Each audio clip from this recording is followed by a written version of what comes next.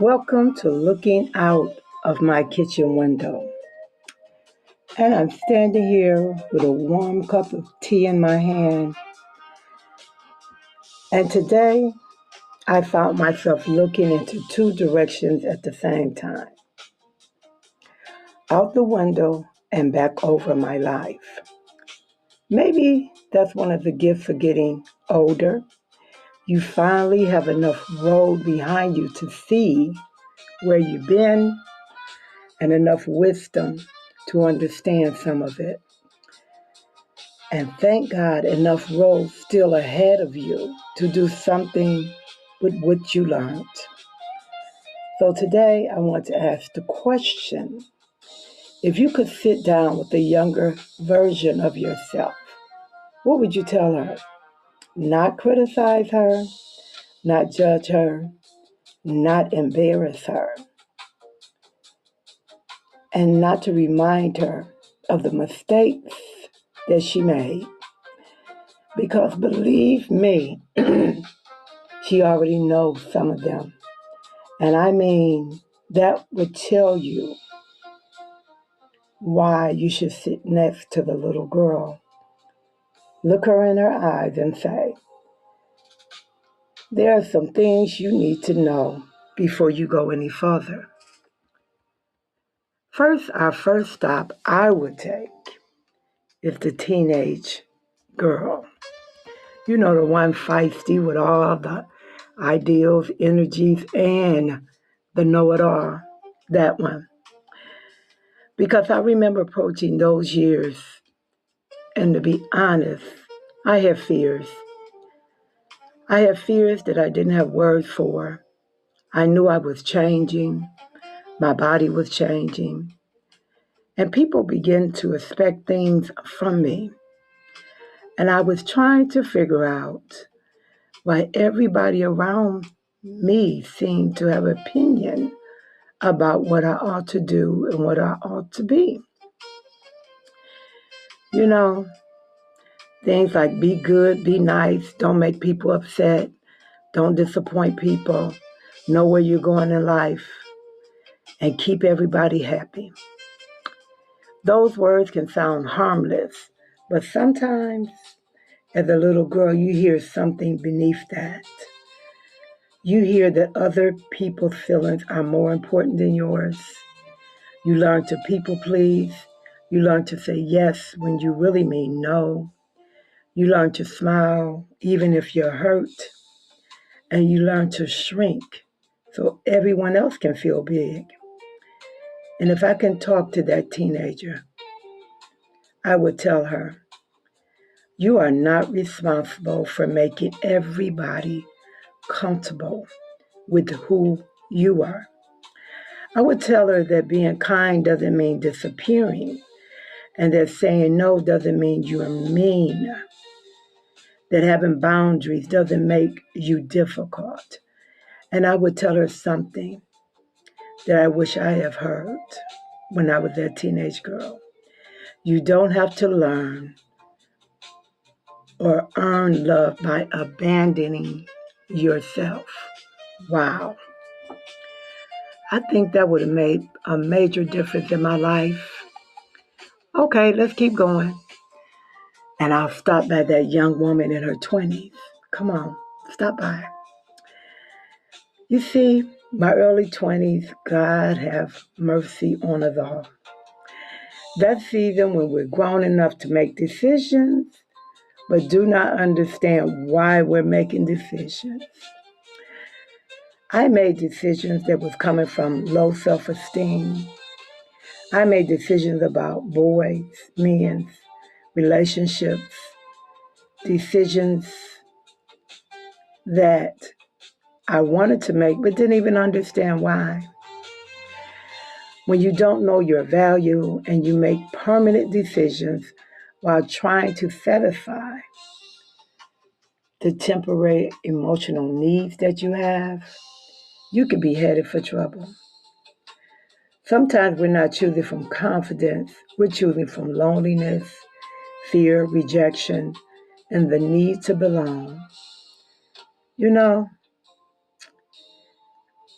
and if I could sit by that early 20-year-old woman, I would put my hand around her and say, you were making decisions with the information that you had and the emotional tools and understanding that you had at that time. And then I would tell her, slow down, learn yourself, don't confuse attention with love, and don't confuse being wanted as being valued. And do not build your identity around whoever chose you. Choose yourself first. And for me, as I continue down this journey, speaking to myself and making stops, I'll stop by that young mother. And if any of you are listening, you were the young mother at one time, raising kids, but still trying to figure out yourself. We sometimes talk about motherhood as though the minute the baby arrives, wisdom drops down from heaven into that hospital room. No, sometimes that baby is looking up at you and you're looking down at that baby, and both of you are thinking, okay, what's next? We learned by doing. We sacrificed, we stretched our dollars, we lost sleep, we worried, we prayed. We tried to give our child the best that we had. And sometimes in the middle of taking care of someone else, we lost sight of the woman inside the mother. And if I could speak to her, I would tell her, don't disappear. Yes, your children need your love, but you need you. You still need friendship. You need rest. You need your own interests. And you need to know your own name besides mama. I remember during my motherhood years that I was somewhere and I was used to going, somebody said, what's your name? What is your name? And I was used to going by Mama or Mrs. Lyons, my last name. And they said, no, what's your first name? And I told them, they said, okay, that's what I'm going to call you, Venetia. And it felt so foreign to me because I was so used to being called by the other titles. Sometimes we do disappear, not because we're trying to hide, but because we're busy in those other titles. But this is the journey in life. And as we look back,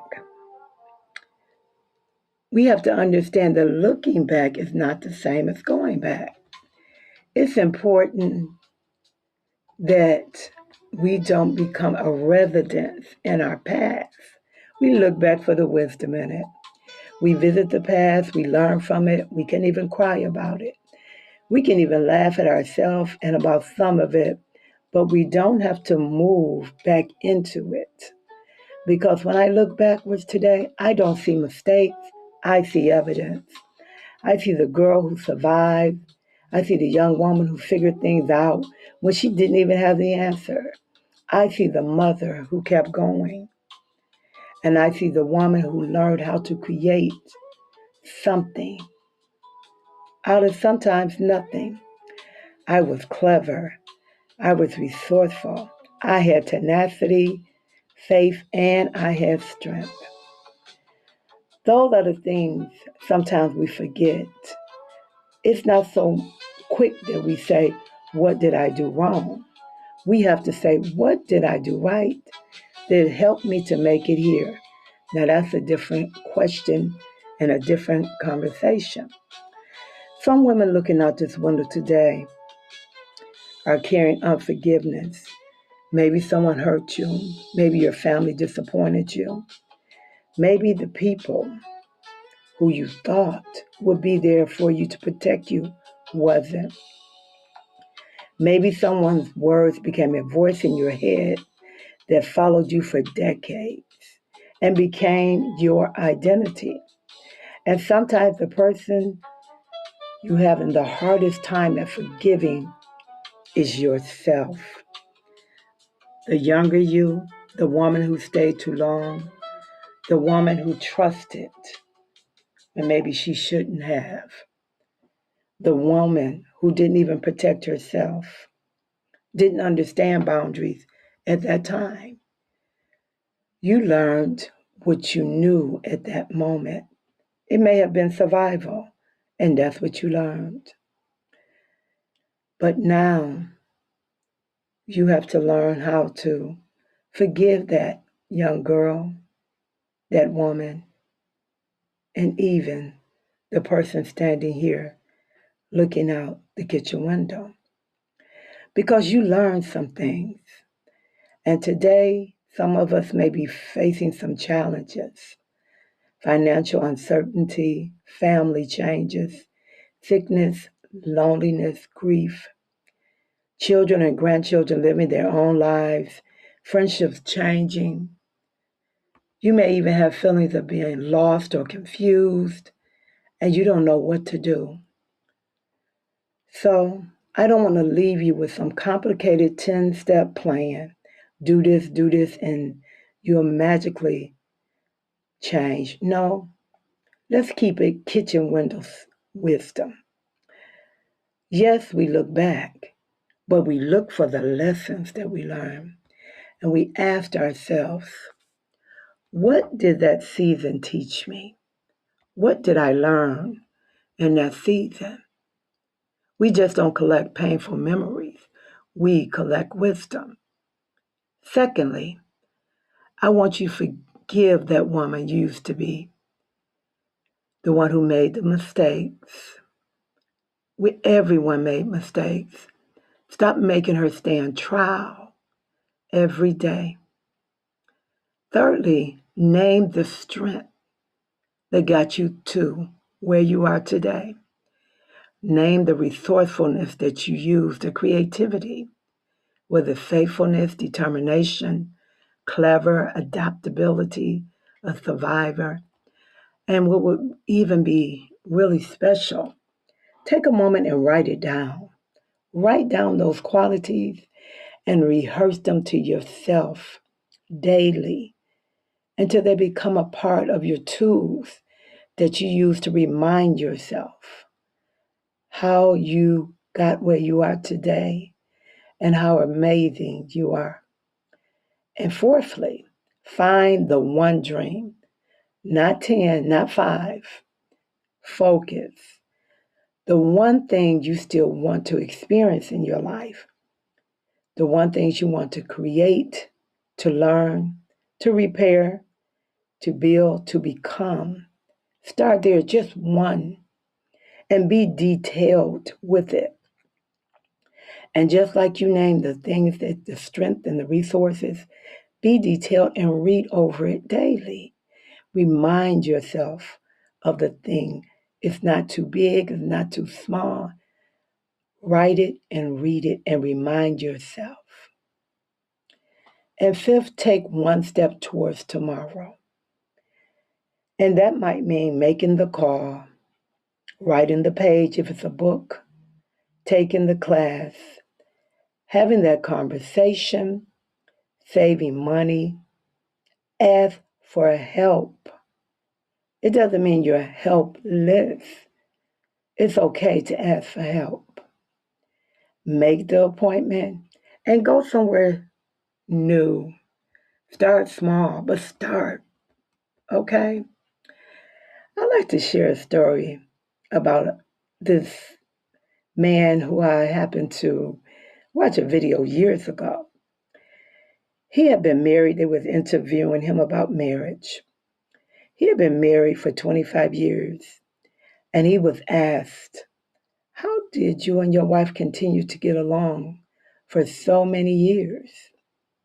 And he smiled, and he looked at the narrator, and he said, I had to understand that I was living with several different women all these 25 years. And the man looked, oh, several different women. He said, yes. He embraced the fact that his wife was always changing. And she was a different person sometimes. She was not the same person he married. She has been growing just like him. And he had to accept it. She was a different person. And he was willing to accept it. And ladies, we are not the same person. We are not that little girl, that young teenager, that young woman, or even maybe in our midlife. We're not her. We're always changing. So today, as we look at the different versions of ourselves and gather the different versions and look at them and even smile, laugh, or sometimes frown, I want you to remember that who I am today is not the woman I was years ago. And I want you to tell yourself something. And all of those versions, you made it. Not perfectly, not without scars, not without some decisions we wish we would have did different. And you tell yourself, you made it. And everything worked out. It may not have worked out perfectly, but it worked out. And you know, think about that. You made it. And it shows us how far we traveled, the things we survived, the things we enjoyed, the things we created. We created a life for ourselves, and it is wonderful. So if someone asks me, do I want my younger years back? I said, no, I may want the wisdom that I learned through them. And I'm not taking that wisdom and throwing it to the side. I'm taking it and applying it into my everyday life. You see, an understanding that we're becoming. God and life are not finished with us yet. So here's the question for you today, ladies. As we're sitting here looking out the kitchen window, and if you could sit beside the younger women that you were, would you be willing to take the time to talk to her, to tell her, to reassure her that she made it? This journey has been amazing and continue to be. And when you even ask another important question of her, ask her, what does the woman you are becoming need to hear from you today? Okay, it's me and you looking out our kitchen window. We're looking out as we look within. I see you next time at the kitchen window.